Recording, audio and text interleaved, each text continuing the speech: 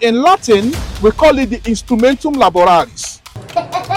The people are the instruments of political corruption and leadership failure in this country. One leader, for example, came up and said, subsidy is gone. And from that instant, there was fuel hike. And that impacted on the economic standing of Nigeria. And still does, even up to now. Who gives people contracts and goes back and sleep without holding them accountable? My people, talk is cheap until it's being timed. This is Debate in 30 Seconds, where we have two debaters, one topic, and they have 30 seconds each to make a case. And for our very first debate is that one argument that never dies in Nigeria, that one conversation that gets people fed up. Who has failed this great nation of ours, Nigeria? The followers are responsible. The leaders are responsible. So we have our two debaters and they have 30 seconds to make a case. And their time starts now. From the social contract perspective, the citizen gives the government their rights. The right of self-governance, their right of self-defense to exercise on their behalf. Who gives people contracts and goes back and sleep without holding them accountable, without asking them how far, only praising them to wait for them to come back to them after 4 years and ask for another validation? It is not done. So it is the failure of the people. From the systems theory of governance, right, it is the systems that the leaders put in place that is able to empower the citizens to act, to revolt, to protest, to change things. So in a situation where those systems do not exist, the citizens are handicapped and cannot do much. In a situation where the systems set up are oppressive, are suppressing the people, there is nothing more that the citizens can do. Let's say, for example, Singapore. Taking you from what you said about the system theory of governance, there is no complete system without the citizens.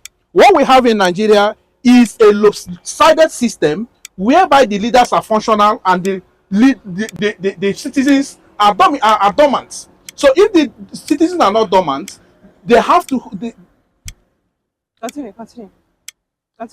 If the citizens are not dormant, they have the capacity to hold their governments accountable. It takes visionary leadership to take a people from where they are to another place. And keyword, visionary. If a leader is not visionary, the leader will just occupy space. He will not do anything throughout his tenure. And what we have in Nigeria, we just have rulers. We don't even have leaders, right? It takes visionary leadership. It takes transformation leadership.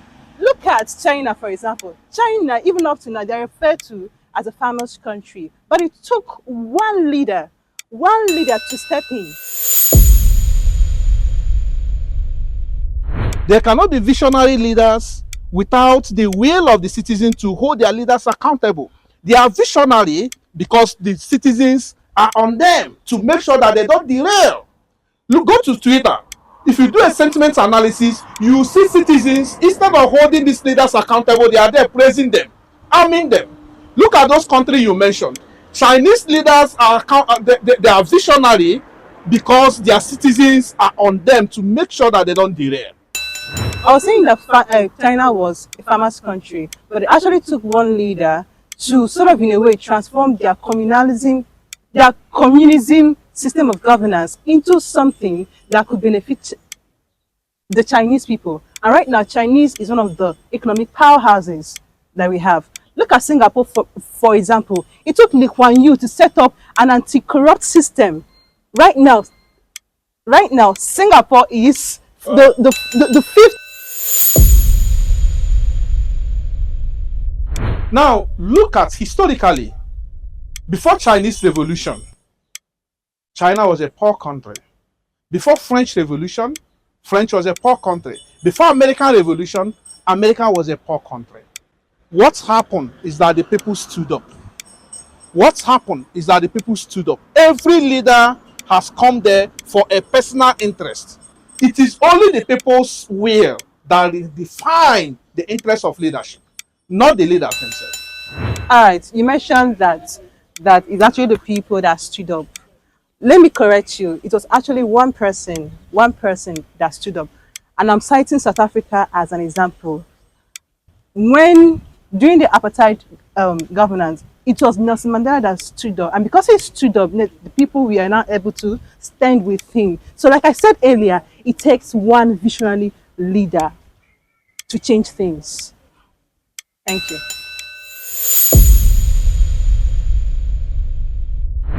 There is a wise saying that united we stand, divided we fall. In Nigeria today, the people are united along ethnic line, religious line, party line, but hunger knows no these things. What we have in Nigeria is where the poor who are suffering are defending the rich who cause their suffering as a result of their negligence. It is because of the negligence of the leaders, the people. I want to bring your mind back to the process that you cited. In Nigeria, different protests have happened. We have the End SARS, we have the End Bad Governance protests. They've all happened. They came out with their demands and everything. But at the end of the day, because the systems in place in Nigeria are oppressing the people, nothing comes out of it. But when a visionary leader comes in and then says, okay, now I'm going to set up systems and structures that will ensure that the vision that I have for Nigeria comes alive. You mentioned the people. There is a saying in political science: the opinion of the people is not the opinion of the masses. And I ask you, who are these people? Who are the people? Is it the elite are you referring to? These structures you are talking about is a structure devoid of the people. And the people are not standing up. And that's why people say that democracy is the government of the people. The people are not part of the government.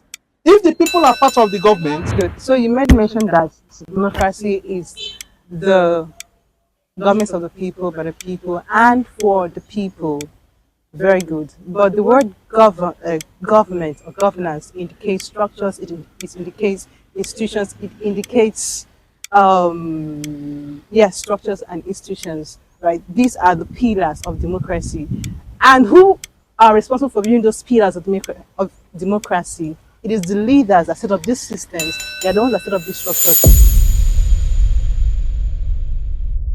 summing it up, from functional deficiency point of view, the leaders are drawn from the people.